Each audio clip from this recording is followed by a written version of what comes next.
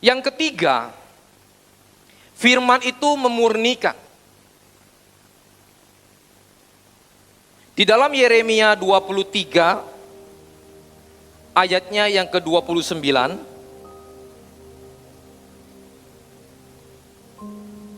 sampai dengan ke-32, Yeremia 23 ayat yang ke-29.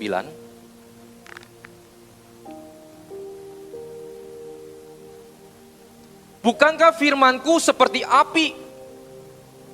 Demikianlah firman Tuhan, dan seperti palu yang menghancurkan bukit batu. Sebab itu sesungguhnya aku akan menjadi lawan para nabi. Demikianlah firman Tuhan, yang mencuri firmanku masing-masing dari temannya. Curi firman itu dari teman seperti saudara lihat internet. Gak salah. Tetapi saudara, kalau kita hanya mengambil sesuatu yang populer di luar dan mencoba menyenangkan hati daripada jemaatnya, orang yang mendengarnya, tanpa memperhatikan perintah Tuhan, maka saudara, kita sedang melawan Tuhan.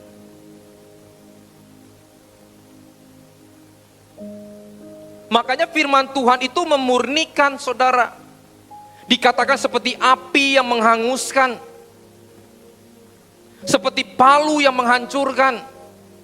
Firman itu saudara menegur kita, memurnikan kita, menasehatkan kita saudara. Itulah firman. Memang firman juga menghibur. Tapi jangan lupa, firman itu juga memurnikan setiap hidup kita. Jadi memurnikan ini saudara, kalau saya melihat ada dua.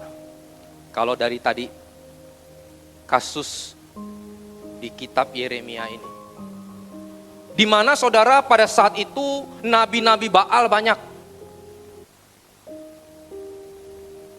Ada nabi-nabi palsu yang mengelilingi Raja Yehuda pada saat itu, yang hanya saudara menyenangkan hati daripada rajanya. Salah satunya adalah Hananya.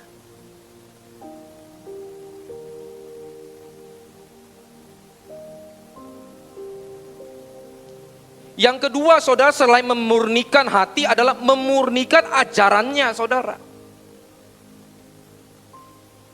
Kenapa?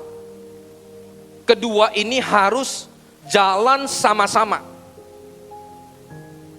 Karena ada 4 tipe orang. Ada 4 tipe saudara. Tipe pertama adalah orang yang ajarannya sehat atau ajarannya murni, perintah Tuhan, firman Tuhan, tetapi saudara hatinya gak murni.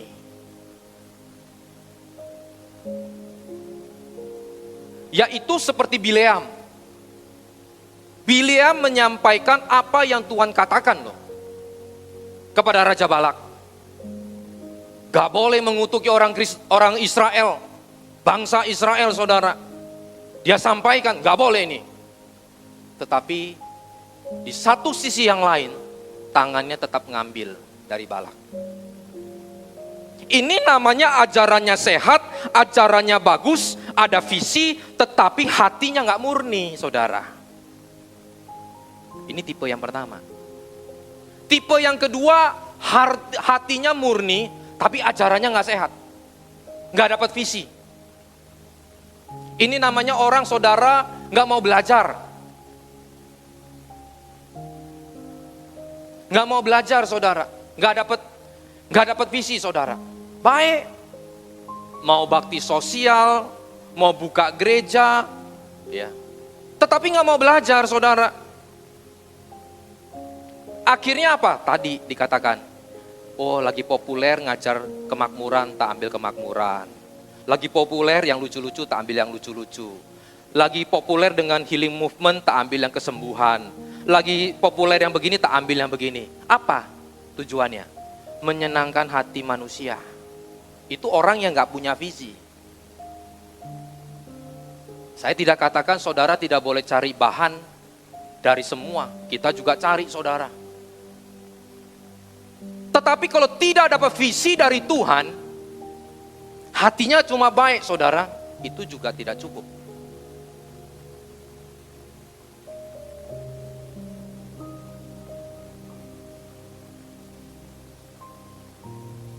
Yang ketiga, saudara, adalah orang yang ajarannya sehat, dapat visi dari Tuhan, dan hatinya murni. Itu seperti Yeremia tadi. Apa yang Tuhan pesankan kepada dia, dia pesankan kepada raja. Meskipun gak enak di telinga, saudara. Gak seperti Hananya, nabi-nabi yang lain.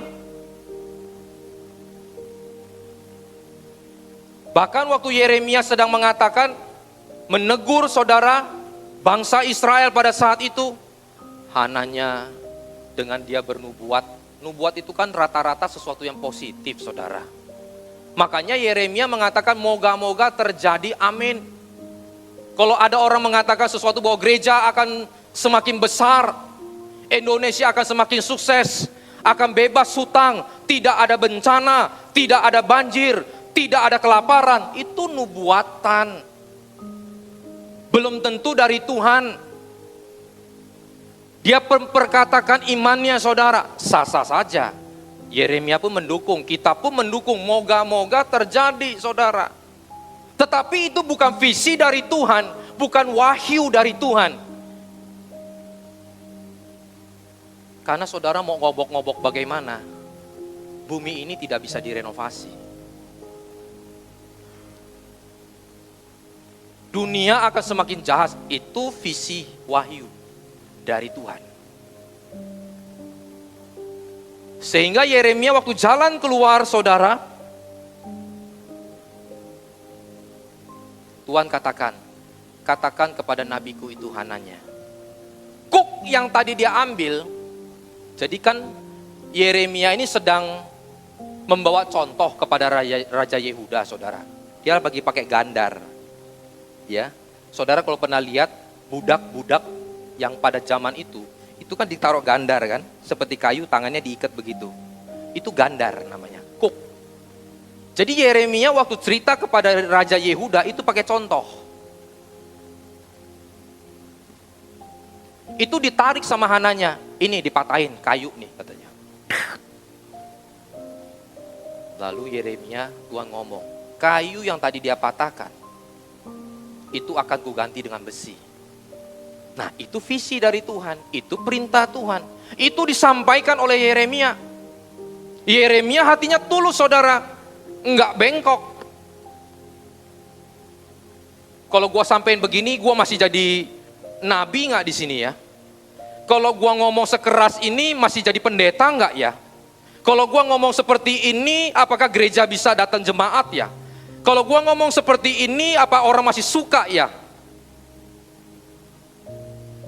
Yeremia nggak gitu, saudara. Dia ngomong apa yang Tuhan ngomong. Dan dia memang nggak ada, saudara, hati yang jahat itu nggak ada, murni. Yang paling cilaka, ini tipe yang keempat.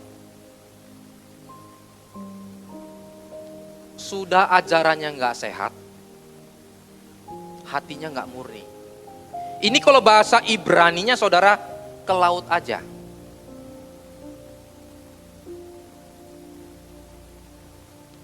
Ada Pak seperti itu? Ada, saudara.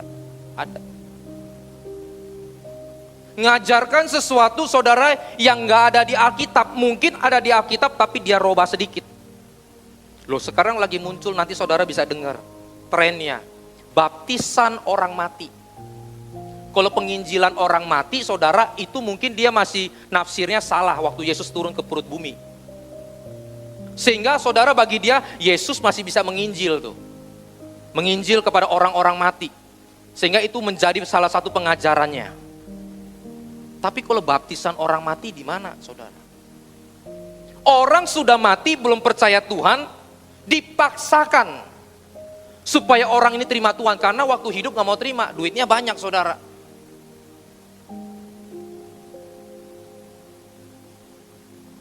Tapi keluarganya sebagian sudah Kristen nih. Mati nggak dalam Tuhan. Pak pendeta dipanggil saudara. Pak, ini sudah mati. Takutnya nggak masuk surga, Pak. Baptisin, Pak. Dalam nama Bapa, Putra, dan Roh Kudus. Bayangin diguyur jepret, saudara. Pulang, ngantongin 2.000 US, 20 juta. Sudah ajarannya nggak sehat, hatinya nggak murni. Ini cilaka. Makanya firman itu memurnikan kita, saudara. Dan yang keempat, firman itu memberi hikmat. Di dalam 2 Timotius ketiga, ayatnya yang ke-15. 2 Timotius 3 ayatnya yang ke-15.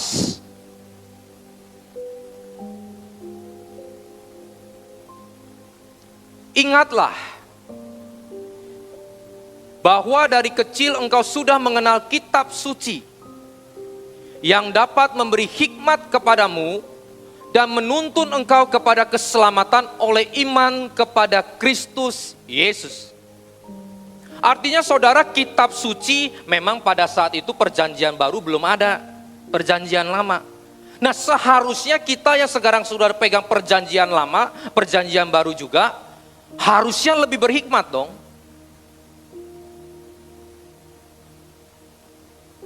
Karena pengetahuan itu beda dengan yang namanya hikmat, saudara.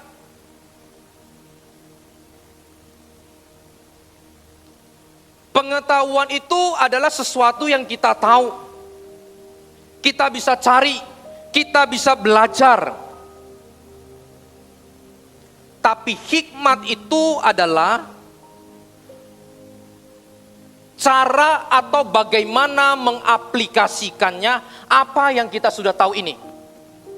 Itu hikmat.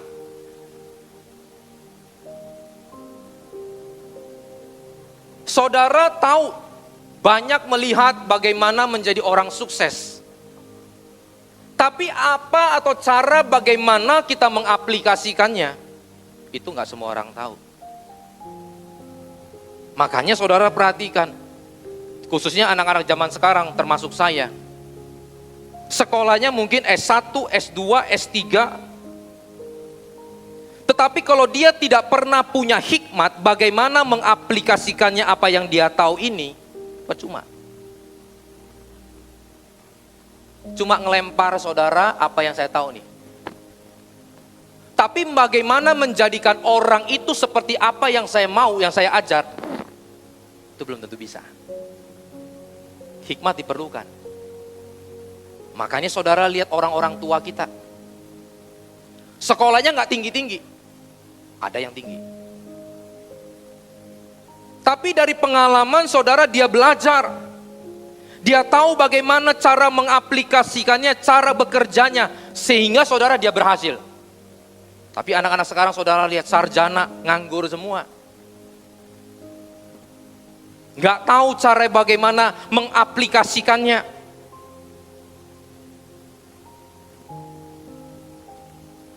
Salomo, dia minta sama Tuhan, Tuhan, beri saya hikmat supaya saya menjadi seorang pemimpin yang adil dan benar di mata Tuhan.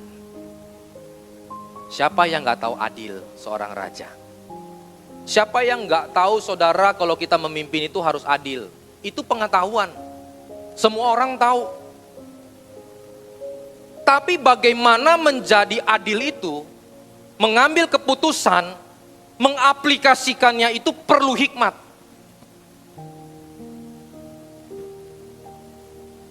Sehingga kita tahu, kemudian ada 2 perempuan sundal, tidur di ranjang yang sama, anak taruh di tengah, saudara. Besok paginya satu mati. Ibu dari yang satu mati ini saudara bangun duluan. Waduh, anak saya ketimpa nih semalam. Saudara lihat, yang tidur gasrak busuk itu bukan laki-laki aja, ibu-ibu juga sama. Tidurnya di sini, posisinya besok bisa di sana. Kakinya di bawah, besok bisa di atas, saudara. Nah, ini salah satu contoh. Waduh, mati nih. Dia tukarlah anak itu. Namanya ibu, saudara, bagaimanapun bayi waktu kecil mirip, tapi dia tetap tahu anaknya yang mana. Karena ada hubungan batin. Ibu yang satu lagi bangun. Waduh, ini bukan anak saya nih. Dibawalah ke Salomo. Berceritalah mereka, saling mengakui bahwa ini anaknya masing-masing. Salomo tahu bagaimana harus bertindak adil sebagai seorang raja. Tapi caranya di bagaimana aplikasinya nih? Dia minta pedang, saudara, sama pengawalnya. Ambilkan saya pedang,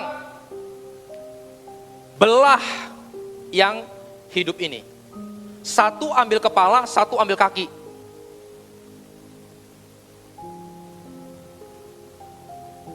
Ibu yang satu ngomong, betul raja itu adil. Silakan baginda raja, belalah bayi itu. Ibu yang satu ngomong, jangan rajaku, berikanlah kepada dia. Salomo tahu bagaimana mencari yang adil. Dia tahu ibu yang kedua ini anakmu, ambil. Hukum yang ini. Aplikasi, saudara, hikmat. Nah, itu kita dapat dari mana? Firman Tuhan, saudara, akan memberikan kita hikmat, bukan sekedar pengetahuan. Saya tutup dengan satu cerita lama, cerita Samkok. Di mana, saudara, ada kerajaan yang besar sama kerajaan yang kecil. Mereka itu selalu mengadakan sembara ngadu kuda. Karena dulu belum ada televisi, belum ada internet. Jadi kerjaannya yang ngadu kuda aja, saudara. Sekarang sudah ada internet, banyak kerjaan, bahkan sampai nganggur-nganggur orang. Tapi saja saudara masih ngadu ayam. Betul kan? Kalau dulu ngadu kuda, saudara.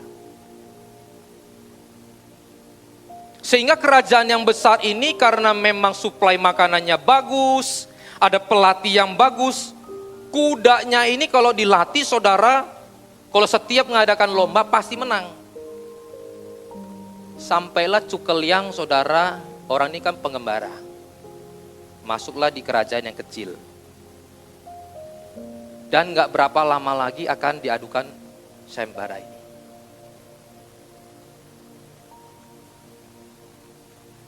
Dan raja yang kecil ini, saudara, dia mengatakan udah pasti dia menang teruslah, kita-kita ini pasti kalah.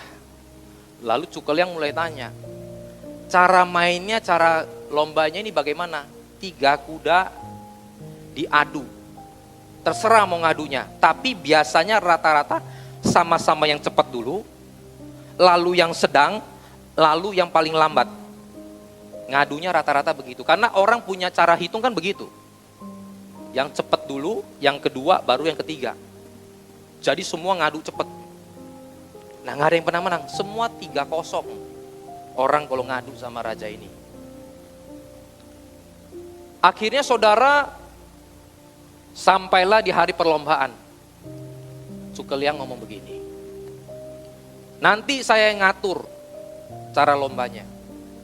Baik. Mulailah kelompok ini lawan kelompok itu, saudara. Wah, orang sudah pada pesimis, gak mungkin menang deh. Waktu sama-sama mau menggunakan kuda yang paling cepat, saudara, Cukeliang ngomong begini, kasih kuda yang paling lambat. Kenapa kasih yang paling lambat? Toh gak menang. Kalau kita mau bertarung, saudara, ngukur kekuatan lawan. Kalau gak bisa menang, firman Tuhan ngajar, kasih hikmat. Ambil bendera putih. Kongko bareng. Hitung sama-sama. Lawan. Set. Kalah telak.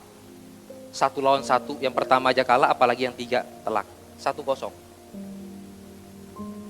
Yang kedua, saudara, dia keluarkan kuda yang nomor 2.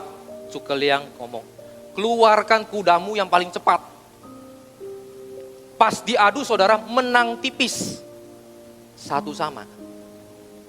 Karena dia kasih yang kelas 2, ini yang kelas 1. Menang tipis saudara. Raja yang besar sisa kuda apa? Kuda yang paling jelek, nomor 3. Cukeliang sisa nomor berapa?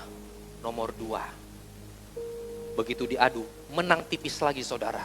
2-1. Ini namanya hikmat saudara. Kita tahu kalau menang itu baik. Semua orang kepingin menang. Semua orang kepingin besar. Semua orang kepingin sukses. Tapi bagaimana cara dan aplikasinya supaya sukses, itu perlu firman. Ngatur saudara dengan baik. Keuangan boleh gak banyak, tapi kalau ngaturnya dengan baik, ya lumayan lah. Gak punya rumah saudara, ya bukan berarti numpang di rumah orang, bukan begitu. Tapi bisa mengaturnya dengan baik. Makanya Tuhan ngomong. Firman Tuhan itu bisa memalukan orang-orang dunia ini dengan kepandaiannya. Karena apa? Karena hikmat dari Tuhan.